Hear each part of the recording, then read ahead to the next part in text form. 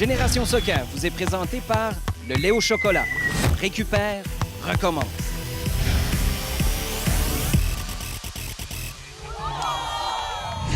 Ici Olivier Brett. Bienvenue à ce nouvel épisode de Génération Soccer. Cette semaine, on reçoit le défenseur de l'Impact de Montréal, Chris Duval. Pour notre segment Sur la route, on vous présente la toute première édition du match des étoiles Senior 2A entre l'ARS Concordia et le Lac-Saint-Louis. J'ai d'ailleurs eu le plaisir d'entraîner la sélection de Concordia, alors que mon collègue Patrick Leduc, lui, s'est occupé de mon adversaire, le Lac-Saint-Louis. Pour notre débat de la semaine, on s'interroge à savoir si le soccer devrait être gratuit au Québec. On commence dès maintenant cet épisode avec Chris Duval, défenseur chez l'Impact. Le joueur de l'heure vous est présenté par Puma.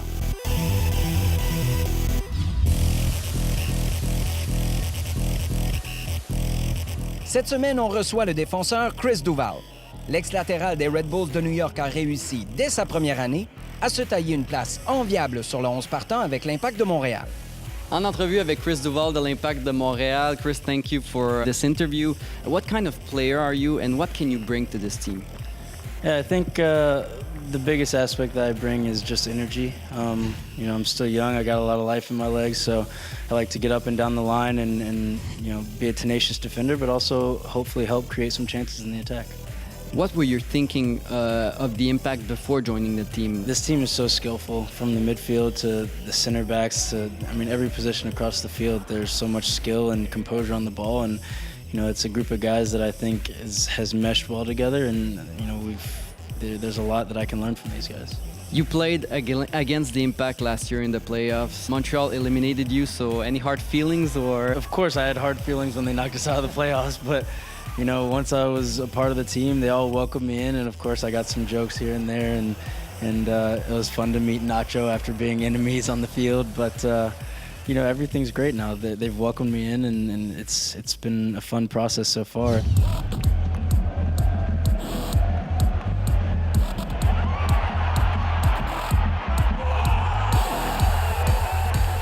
Tactically speaking, is there a big difference between the Red Bulls and here in Montreal? Yeah, I think it's a big difference simply because it's a completely different style of play here. In New York, they asked us to play quick. As an outside back, I should be, pressing high in the defense, but also provide an option in the attack and hopefully get off my foot quickly to the playmakers. And here it's a little bit more composed and a little bit more deliberate with our movements. I think even though we do press some, it's more of a slow build-up, and we try to find gaps in the other team and try to pick our times and pick our chances. So, things are a lot different, and it's a different style of play, but there's beauty in both. So I think it's going to be fun to learn to play this way. Last question. Obviously, Montreal is a French-speaking city. How's your French, and are you a bit scared, or do you take this as a challenge? Oh, I definitely take it as a challenge, and I like to take challenges. But I took French in school, and I think now I wish I had paid a little more attention in class. But I'm starting to pick things up, and I think being surrounded by it, I'm starting to learn more. And although I can't speak very well, I'm starting to understand a lot. So it's been fun, and hopefully by the end of this whole experience, I'll be able to speak French. So Chris Duval, thank you for the interview and the best of luck for the next season. Thank you. I appreciate you having me. Après la pause, la toute première édition d'un duel qui oppose la sélection des meilleurs seniors de l'ARS Concordia à celle du Lac-Saint-Louis.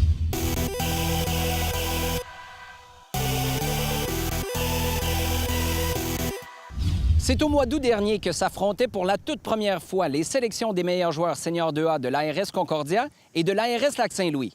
Génération Soccer y était.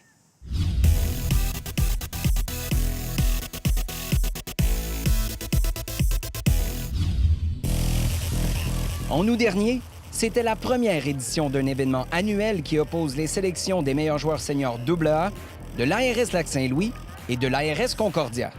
La particularité de cet affrontement est que les équipes étaient dirigées par mon collègue Patrick Leduc et par moi-même. Alors, Olivier, Patrick, normalement, vous êtes collègues dans la vie de tous les jours, mais ce soir, vous êtes adversaires. Là. Je sens la tension. Est-ce que la guerre est lancée officiellement? Bien, la guerre est lancée, certain, parce que déjà, j'ai choisi mes vêtements pour narguer Pat. Je suis un grand fan du FC Barcelone. C'est mon accoutrement Luis Enrique, juste pour bien commencer ça. Je comprends pas pourquoi c'est une insulte, parce que moi, je le prends comme un honneur. Enfin, il représente un vrai club. Moi, je me suis habillé pour faire du sport, parce que j'ai des valeurs sportives et c'est ce que je vais transmettre à mes joueurs. On est ici pour le beau jeu et c'est comme ça qu'on va gagner, Olivier. Comme l'armée, hein? Tu donnes tes consignes avant, puis tu laisses tes troupes faire le travail par la suite. Tant que t'es clair au départ, tu devrais pas avoir à crier ben. Moi, je pense que la présence de Patrick Leduc va les soulever dans le match. Alors, c'est important que je communique cette énergie-là, que je peux transmettre. Et l'effet va être celui d'un 12e homme. Alors, je pense qu'on va l'emporter à plate couture. Pat, son plan de match est tout autour de l'humilité. Hein? C'est comme ça que ça fonctionne. Les présidents des deux associations de soccer nous expliquent pourquoi cet événement est important. Je pense qu'on a tous besoin de développer le soccer au niveau senior. On a déjà des ligues élites, on a déjà la LSEQ et je pense que c'est bon de montrer qu'au niveau 2A, dans les régions, il y a aussi du très bon soccer qui se joue. Et si j'ai bien compris, on va faire le même événement l'an prochain, mais cette fois, c'est vous qui allez être les hôtes de cette compétition. Effectivement, on va alterner l'activité. C'est de démontrer dans les deux régions qu'il est possible de travailler ensemble conjointement et de démontrer le calibre de jeu aussi sur les deux côtés de la rivière. La première demi de cet affrontement épique a été à l'avantage de la troupe de Concordia avec un score de 2-1. On pouvait très bien sentir la rivalité entre les deux entraîneurs, ce qui ajoutait un peu de piquant au match. Alors, Olivier, on voit belle cohésion en début de match. Comment t'expliques les succès de ton équipe? Les gars font bien tourner le ballon. Ça se parle bien, puis je sais pas si on voit à la caméra, mais le score, c'est pas trop mal. Hein? 2-1 en ce moment, non, pas pour l'équipe de Patrick Leduc, pour Concordia. Ça va bien. Ça a commencé fort de votre côté, mais là, Pat a apporté des changements en premier. J'étais de l'autre bord, il me vantait pas mal ces changements. Il disait... Brett, là, il est pas prêt pour ça. Là. Tu vas voir. Qu'est-ce que tu as à répondre? Bien, qu'il reste 1 heure pour comprendre ces changements puis s'ajuster à nouveau. Des fois, il faut que tu les fasses un petit peu plus tard hein, pour être certain que ça a un impact total. On a vu ton équipe, surtout en territoire offensif, au niveau de la finition. Ça a été très bon depuis le début du match. On a eu même quelques chances. Le gardien de l'autre bord a été excellent. T'es confiant pour le reste de la rencontre? Oui. Maintenant, il faut peut-être renverser le jeu un petit peu plus rapidement. C'est la chose qu'on n'arrive pas tout à fait à faire. Même chose avec le décrochage des attaquants. Mais encore là, reste 1 heure pour le faire. Bon, ben on va venir te parler après, puis on va voir qu'est-ce que M. Leduc va nous dire. C'est bon. À tantôt. À tantôt.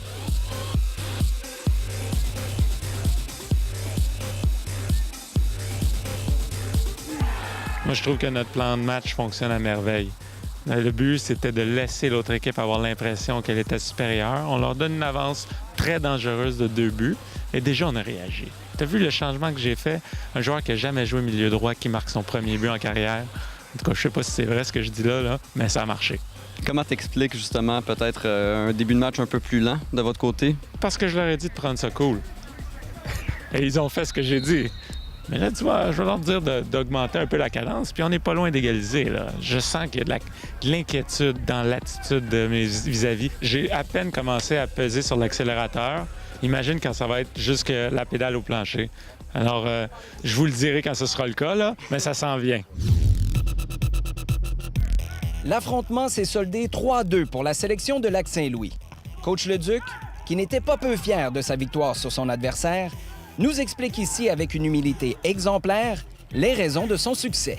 Alors, entrevue avec Coach Leduc après la victoire de son équipe. Tu m'avais prédit sur les lignes de côté que vous alliez réussir à compléter cette remontée. Alors, c'est vraiment des changements tactiques qui vous ont permis éventuellement d'aller chercher la victoire. J'aime pas le ton de surprise dans ta voix parce que j'avais été très convaincant avec ma prédiction, parce que j'avais la conviction qu'on allait remonter cette avance dangereuse de 2-0 qu'on a accordée à l'autre équipe.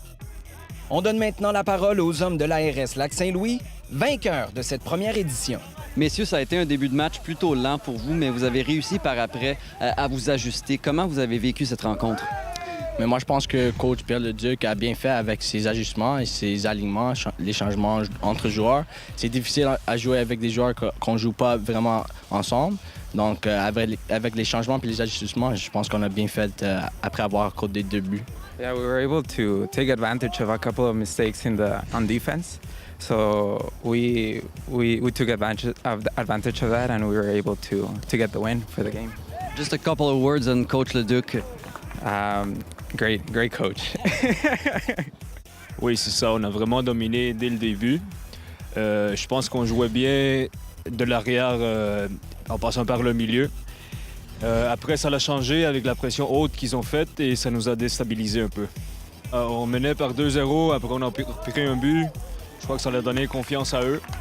Et après, la deuxième mi-temps, il y a eu un tournant, on a presque marqué un but.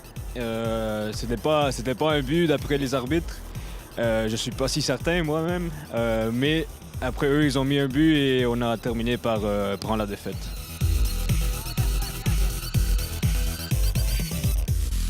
Alors, messieurs, ça a été un match assez physique pour une rencontre des étoiles. Est-ce que vous pouvez nous parler un peu de ce facteur-là dans la rencontre? Oui, c'est le premier match des étoiles et puis c'est les deux plus grosses ligues à Montréal. Donc, on ne connaît pas nécessairement les autres joueurs. Donc, je pense que c'est pour ça que ça a joué un peu dur. Il y a eu des bons cartons jaunes, il y a eu une bonne blessure aussi. Donc, effectivement, je pense qu'il y a une bonne animosité qui se crée pour le match de l'année prochaine. On a lâché, on est rentré dans leur jeu, on a laissé jouer trop, on a trop donné de space. Alors, on a raté nos chances. Tu rates tes chances, on en t'encaisse. Comment vous avez trouvé de travailler avec coach Brett pendant cette rencontre? Vraiment bien. C'était le fun.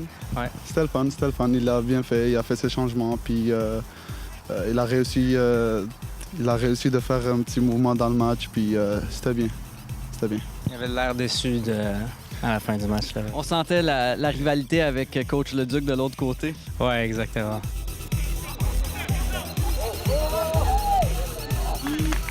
Contrairement à un match des étoiles où ça vient d'habitude d'une même ligue, d'en mettre deux l'une contre l'autre, ça apporte un aspect compétitif que tu ne retrouves pas dans tous les matchs des étoiles. Ça, je pense que ça a été très bien.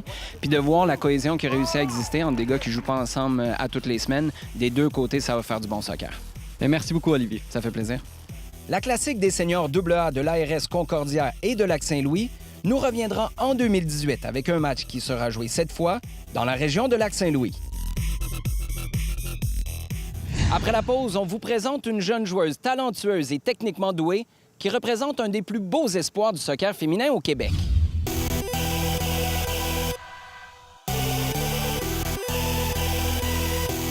Avec le potentiel qu'elle présente, Juliane Valran est un des plus brillants espoirs du soccer féminin au Québec. Génération Soccer l'a rencontrée.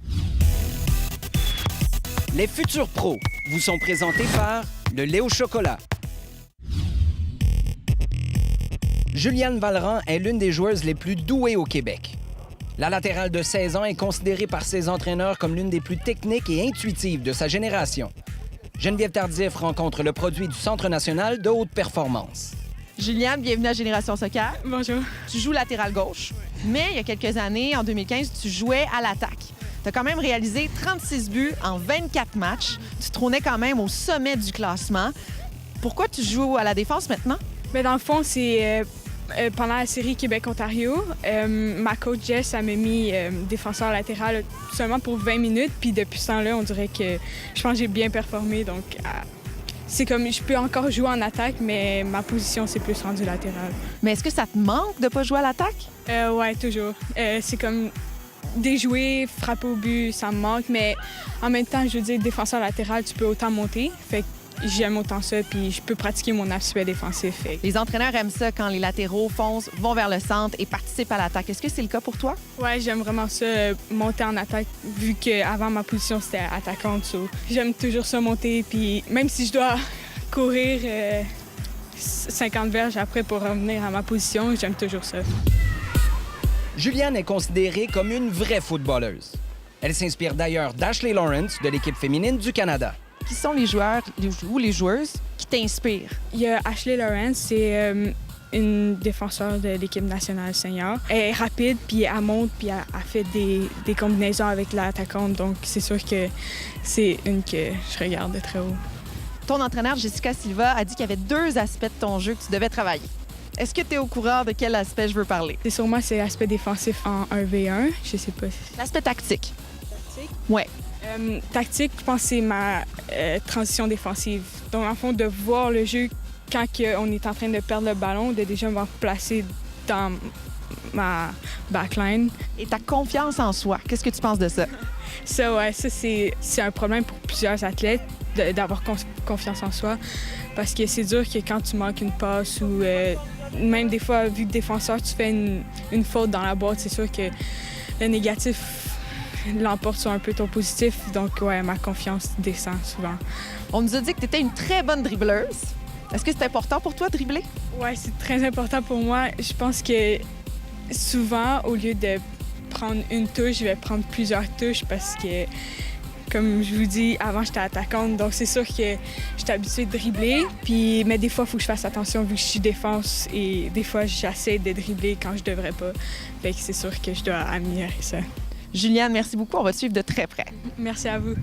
Juliane Valran, un des plus beaux jeunes talents à suivre pour les années à venir dans le soccer féminin au Québec. Après la pause, notre débat de la semaine avec Patrick Leduc.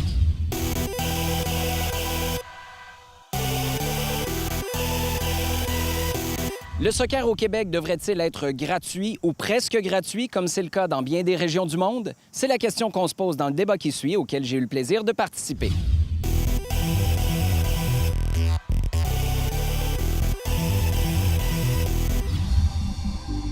Pour notre débat de la semaine, nous accueillons Francis Millien, président de l'ARS Concordia, et Anthony Rimasson, directeur technique au club de soccer Longueuil. J'ai aussi eu le plaisir de participer à ce débat. Le débat de la semaine à Génération Soccer. Le soccer devrait-il être gratuit au Québec? Anthony, je commence avec toi. Tu viens de France, un endroit où on nous dit que le soccer est gratuit ou pratiquement gratuit. Est-ce que c'est un système qui est applicable au Québec? En France, il est quasiment gratuit parce qu'un carton de licence coûte à peu près 25 €. Après, comme il y a des droits télé par le football professionnel, ces droits sont redistribués dans chaque fédération et la fédération redistribue à chaque club.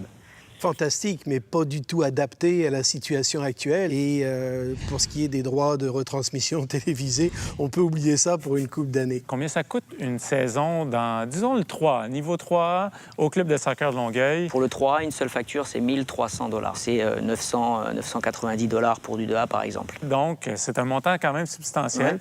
Peut-être pas encore dans l'ordre d'une saison au hockey. Est-ce que ça ne devient pas un luxe de jouer à un haut niveau au soccer au Québec? Pour moi, c'est inconcevable. Déjà qu'on paye pour jouer autant d'argent pour jouer au soccer, c'est inconcevable. Il y a des parcs qui peuvent être gratuits. Il y a tant d'endroits où on peut jouer au soccer gratuitement que le soccer, ça ne coûte pas cher. C'est une paire de chaussures et un ballon. Voilà, on n'a pas à tergiverser. Ça coûte pas cher. Mais que dire à ce moment-là des parents qui, pour 500-600 $ vont envoyer leur enfant une semaine à l'Académie Untel, qui ne vient là que pour vendre les chandails de leur équipe professionnelle d'Europe, avec l'espoir peut-être de se retrouver en Europe pour se faire dépister par...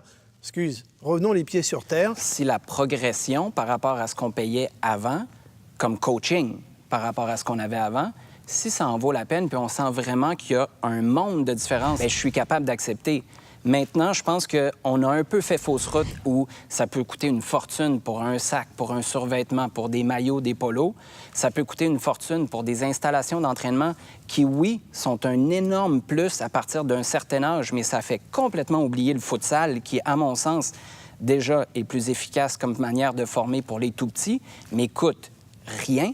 Mais il y a peut-être un acteur important dont on n'a pas parlé depuis le début, l'Impact de Montréal. En Europe, si un club un jeune part à un centre de formation professionnelle, il va avoir une compensation pour le club amateur.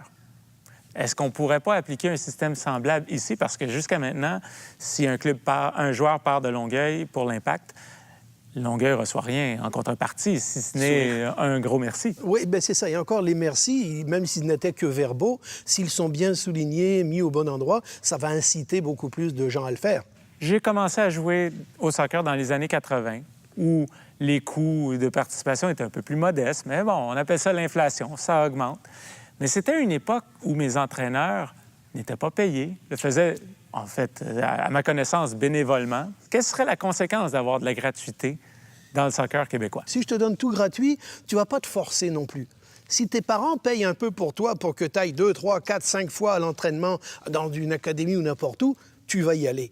Mais si jamais on te le donne gratuit, que les parents ne payent pas, puis que tu vas manquer 2, 3 entraînements sur les 5, donner gratuit, malheureusement pour moi, c'est toujours une crainte. Là, je vais d'une extrême à l'autre. À 1 300 $ par saison, est-ce qu'on risque pas d'échapper certains talents qui n'ont peut-être pas les moyens de jouer dans le 3A? Alors, d'abord, juste de précision, c'est 1 300 $. Je répète, c'est pour une année. Si on compare avec d'autres clubs, on est moins cher encore. Parce que nous, on est sur une année complète. Et le service qui est bien de le offert... souligner pour la Non, concurrence. mais parce que 1300, ça fait peur. Ça fait peur, 1300. Mais mis bout à bout, 10 plus 10 plus 10, ça peut aller jusqu'à 1800 parfois. Et le service qui est offert, il est autre. On a un service qui est aujourd'hui axé sur le développement. Pour vous dire, je suis directeur technique du club, je ne connais pas le classement de mes équipes. Je ne connais pas. Et ça ne m'intéresse pas. Ce qui m'intéresse, moi, c'est de savoir ce qu'ils vont faire. Les parents, eux, le savent. Certainement, parce qu'ils savent aussi le temps de jeu de leurs enfants. Donc, je leur fais confiance et je leur fais confiance là-dessus. Moi, ce qui m'intéresse, c'est qui a progressé et comment on peut les faire progresser. Alors oui, on paye, mais on paye un service de qualité. Et aujourd'hui, la grande force et ma fierté, c'est que les garçons ou les filles, quand tu leur dis tu vas pas jouer en 3, tu vas jouer en 2A ou en A, ils restent au club. Ils ne partent pas. Donc, c'est ça. Et je dis que si on n'est pas content, on part. Donc, si quelqu'un part de chez moi, c'est parce que mon service, il n'est pas bon. J'aimerais qu'on parle du gouvernement. J'aimerais qu'on parle de ceux qui ont besoin que l'on forme nos jeunes pour les développer comme des bons citoyens en santé. Donc, faire de la prévention plutôt que de se retrouver avec des hôpitaux remplis et des salles d'attente parce que les gens, malheureusement, sont malades ou autres, et qu'on le veuille ou non. Et là, je ne parle pas seulement pour les joueurs de soccer. Est-ce que le soccer devrait être gratuit? Est-ce que les sports devraient être gratuits? Est-ce que les sports de base, comme l'athlétisme notamment, qui est quand même un sport de base, devraient être mieux financés de façon à ce que les parents ont moins à payer pour entrer là-dedans. Regardez les athlètes qui sont d'un certain niveau et qui sont obligés d'avoir des voyagements à faire, des compétitions qui se rendent loin ou autres, c'est de l'investissement énorme. Le financement par le gouvernement jusqu'au club, pour moi, ce serait aussi important. Si les clubs avaient à fournir certains programmes ou autres pour prouver les subventions qu'ils reçoivent, je suis certain que calculant le tout, arrivé au bout du compte, ce serait beaucoup plus avantageux d'investir dans le développement des jeunes de la population à travers les clubs, parce qu'actuellement, les clubs n'ont aucun financement qui vient directement du gouvernement. Et c'est peut-être ça, pour moi, qui est dommage. Alors, avec un premier ministre, M. Millien, peut-être qu'Anthony Rimasson deviendra un fonctionnaire parce qu'il sera payé par l'État. Et je vous remercie d'avoir participé à cette idée de la gratuité. Mais il reste qu'on a le temps de continuer à y réfléchir parce que c'est pas pour demain. Merci, messieurs. Merci. J'espère que cet épisode de Génération Soccer vous a plu. Merci beaucoup d'avoir été des nôtres et à la prochaine. Génération Soccer vous était présenté par le lait au chocolat. Récupère, recommence. L'équipe de Génération Soccer utilise exclusivement de l'équipement audio de marque AKG.